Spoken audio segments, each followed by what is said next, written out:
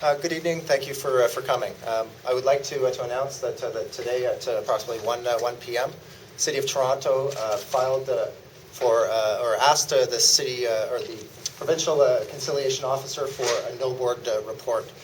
We believe that this was a hasty action, one that's completely unnecessary. Our main aim is to negotiate a collective agreement, one that makes sense for our members, and one that will continue services for residents in the City of Toronto.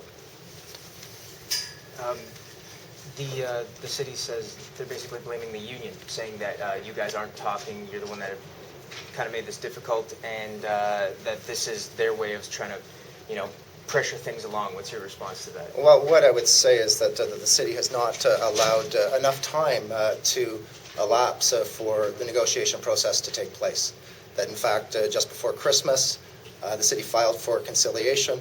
We've had 2 half-days meetings with the conciliator, and quite frankly, really all they're interested is in labor disruption. They're not interested in negotiating a collective agreement. What happens now? Well, at this point, we plan to negotiate as much as we possibly can over the next 3 weeks to ensure that we conclude a collective agreement that makes sense for our members and protects vital services for Torontonians. Do you feel confident that's going to happen? Well, at this point, everything that the city has done has been counterproductive in the negotiation process. We believe that it takes 2 people or 2 sides to come to an agreement, and so far we've not seen that from city negotiators. Do you think that the city is angling for a lockout? I do believe that the city is angling to lock out its employees. In fact, every measure has shown that they've been intransigent in their positions taken at the table, and certainly with their filings with the Ministry of Labour, everything points to the fact that they want a labor disruption and not a negotiated settlement. And what would it look like for residents if that is to happen? What services? Well, our members provide many important services that the Torontonians rely upon. We're not interested in taking a strike, but the city is wanting to put our members out on the street. Those services would include EMS, garbage collection, Toronto Water, Parks and Recreation, transportation services, and many other important services that Torontonians depend on. Doug Holliday says that the union is angling to try for a strike in the summer, and the reason that they've made this request is he feels that, if there were to be a strike, he'd rather it happen now rather than there was nicer weather. Well, he's more interested about the weather than he is in negotiating a collective agreement.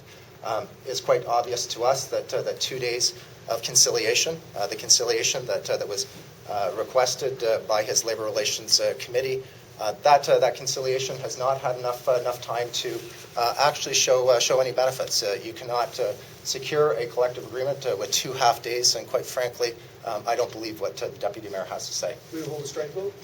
We're not interested in taking a strike. We're interested in negotiating a collective agreement. Can you describe the climate around the bargaining table? I mean, what's the city coming to the table with? Well, sure. I mean, we've met with the city at this point on 8 different occasions. The city today, we were expecting counter proposals from the city. They walked into the room, met with us for 3 minutes, and then walked out. That does not indicate to me that party is necessarily interested in securing an agreement. How far apart are you? Well, I mean, the city has a number of unreasonable demands on the table. The proposals that we have brought forth are completely reasonable and are common sense proposals. At this point, I'd suggest that we're very, very far apart. Are there any places where you've come to agreement? We've come. The city's looking for approximately 70 different proposals. So we've agreed to about 30 of those. Many of them are renewals of letters of agreement, but we have made some progress. Not enough to bridge the difference at this point. So can you say that if that report is approved, those 17 days pass, you say you're not interested in the strike, will you not go on strike after those 17 days? We're not looking to take a strike. If there is a labor disruption in the City of Toronto, it will be solely at the feet of this administration. Is your membership prepared for a lengthy disruption? My membership, they don't want a strike. We're not interested in taking a strike, and they've entrusted myself and the bargaining committee to negotiate a deal. We need to work together with the city to find common sense resolutions to many difficult problems, and we're committed to doing that. Throughout this, both sides have accused the other of bargaining in bad faith. Do you think, is it the union's position that the city, that this is the city bargaining in bad faith? Well, I wouldn't go so far as to say that that it's bad faith bargaining. That is a definition in law that they don't think that at this point the city has met. I do think that the city is looking for concessions that are completely unreasonable and unattainable. And really, if they want a deal with the city unions, that they must come to the table with proposals that are tenable, proposals that protect services, proposals that ensure that the great public services can continue in the city. One more question? Or not? Okay. Well, I thank you for your time. No problem.